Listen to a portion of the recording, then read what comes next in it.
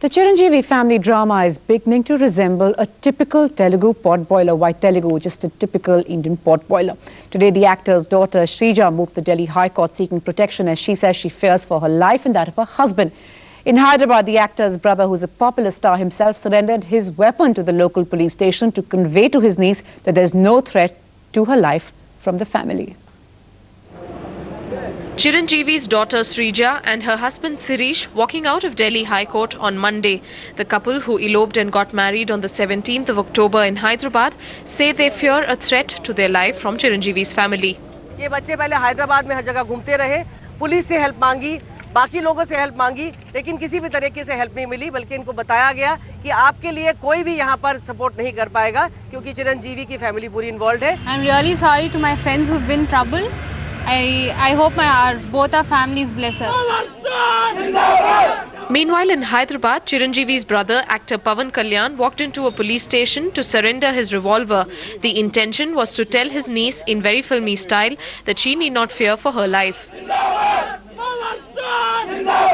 What she conveyed on television channels is that she has got a life threat to her and to that boy.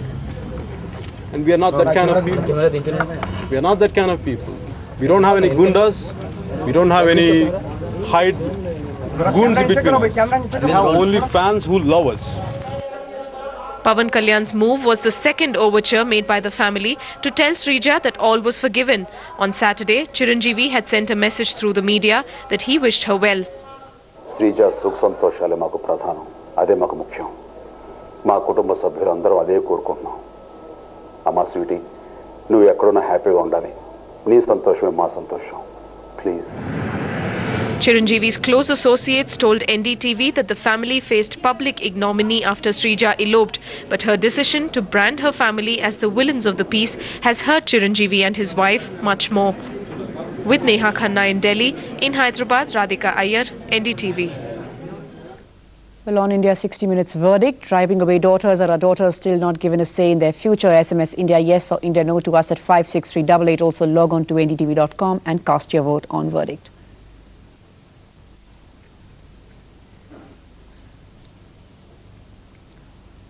Well, joining us on the show tonight, Shrija and Sirish Bhardwaj, that's Chiranjeevi's daughter and son-in-law. We're just going to try and bring them up for you there. We're also joined by their lawyer, Pinky Anand, all of them joining us from Delhi. Thanks very much. Also from Kolkata, Anjan Ghosh, sociologist, joins us. And from Mumbai, we're joined by Vibhas Mehta of Shaadi.com. Thanks all so much for speaking to us.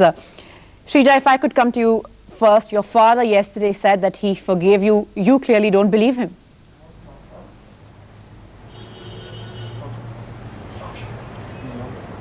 Yeah, I'm not too sure about it because in the past there have been cases of Rizwanur who's a son-in-law and who's been kidnapped and killed.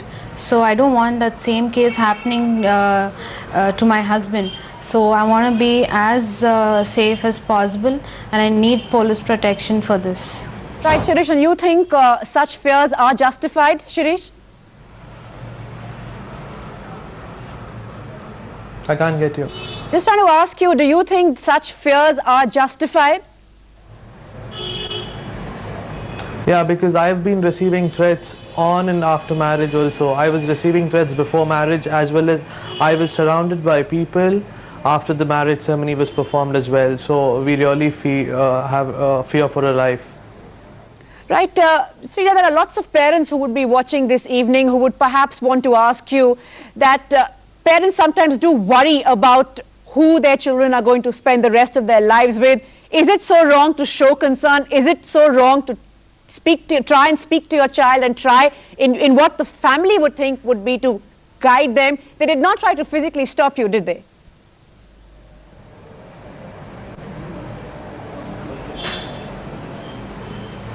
Go ahead, Shrija. I'm trying to talk to you. I'm not sure if you can hear me clearly. I was just trying to say lots of families this evening, lots of mothers and fathers would wonder that, you know, very often they do really worry about who their children are going to end with, who their children are going to marry. Is it so wrong to be concerned for a parent?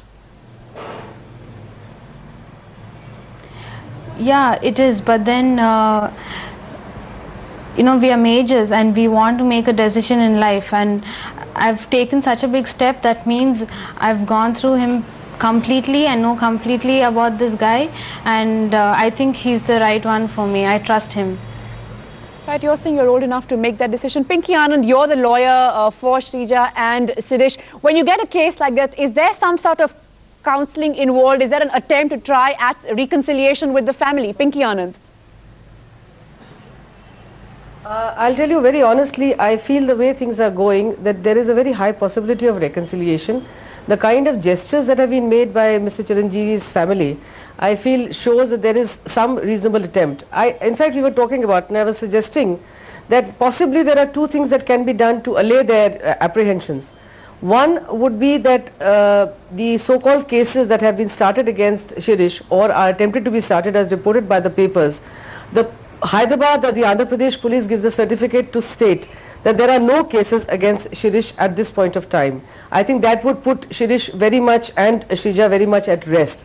Secondly, I think to show their bona fides, maybe Chiranjeevi's family could get again police protection in their favor, because right now these people are struggling against what? They feel there is going to be some kind of attack, and that is the reason we've approached the Delhi High Court. If similar position could be done in Andhra Pradesh, I think these children will feel much more rested, and you know, their apprehensions would be allayed again, as I said.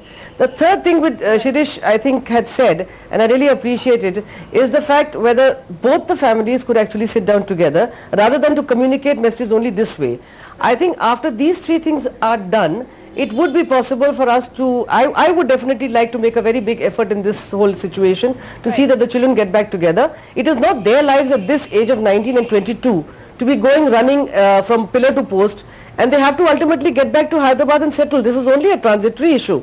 They only came to Delhi because they were fearing for their lives. Otherwise, there's no reason. Right, Pinky. I'd like to put that question to Shrija now. Shrija, your lawyer, Pinky Anand, they're keen on some sort of a reconciliation. Your husband also said good to set people across the table, sort it out.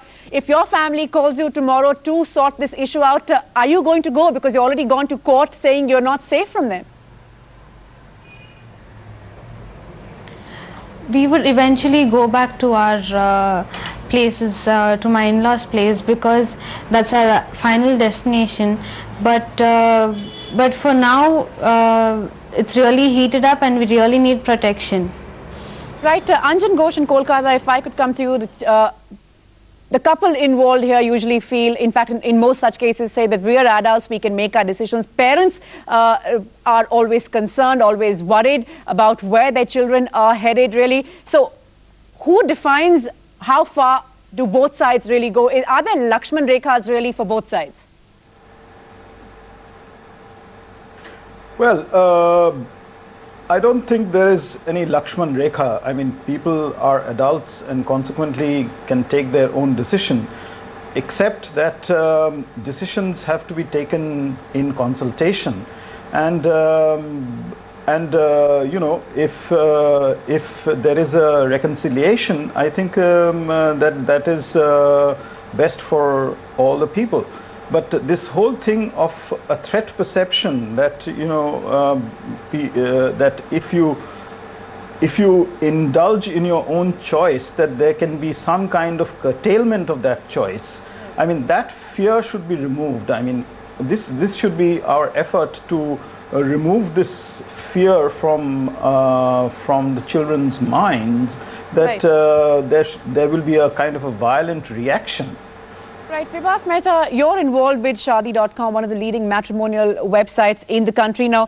Families that come to you looking for matches for their children. There are lots of individuals, also young men and women who also approach Shaadi.com. Do you get the sense that even they are looking for really, as one would say, one of our own people from the same class, caste or religion? Or are they just families who do that? Well, to be very frank with you, we get both kinds of people, right? Individuals are more looking for people who match better with them. So it's not as if they're, you know, specifically looking for a community or specifically looking for a particular religion. Individuals are more bent towards a person who matches them in their beliefs and their likes and dislikes and stuff. Parents are a little bit more tuned towards family and family background. And it's so typically what we see is that this platform gives people an opportunity for individuals as well as parents to get together and take a decision together. So individuals can look at the kind of things that they're looking out for. Parents can look at the stuff that they're more concerned about, and they can find a match which is which works both ways. Right. Anjan Ghosh, we're just going to try and go back to Shrija and Shirish. Seems to have lost that connection with them. But Anjan Ghosh, if I could come to you, it's all well to say, as we just heard Vibhas there say, that usually people do try, families try and thrash it out, come to some sort of common ground. But more often than not, as we are saying, largely in urban, educated, well-connected India, that doesn't seem to be happening. Well, that is the perversity of our situation, that it is in the urban, educated, middle class segment that we have all the frailties of patriarchy functioning. Like you have all kinds of prejudices against the female child. You have all kinds of curtailment of individual freedom for our female child. Right. And for our women in the educated middle class households. I mean, this whole notion that that this is only prevalent among the tradition bound sort of families, right, or within the villages. Right, I mean, Shrija. it Right. is time that we recognized that. Right, Dr. Ghosh, I believe Shrija is back with us, as is Shirish. Shrija, very quickly to you, lots of people writing in to say that they want to know from you that do you believe you come from an influential family, a very well-known family. They want to know that if you had sat your parents across, if you had got them to meet Shirish's family, met him, would it not have been better to wait for a while to see if they actually came around? Both of you are at the end of the day very young. Lots of our viewers want to know that. Shrija.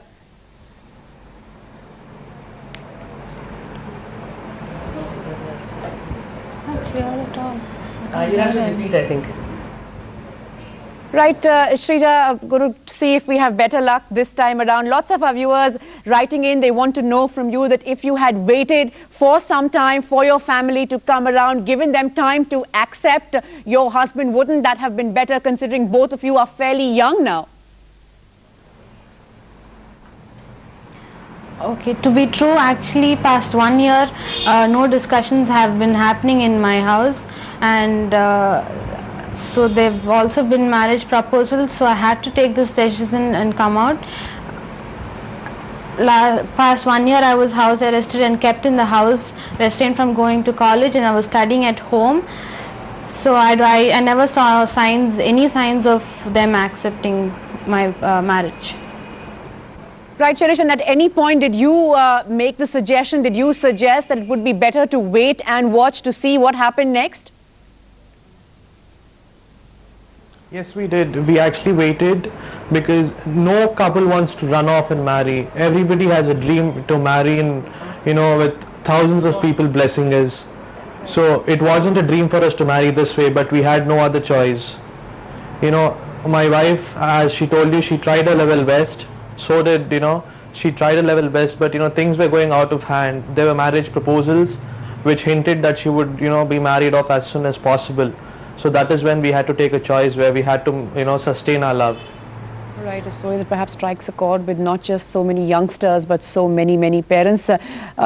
Thanks all so much for joining us. We are completely out of time, largely due to those audio problems, but thanks anyway so much for joining us. Well, a quick look now at what you, the viewers, saying on the show, and we were asking if our daughters were not given a say in their future, and 67% of you feel yes, they should have more of a voice.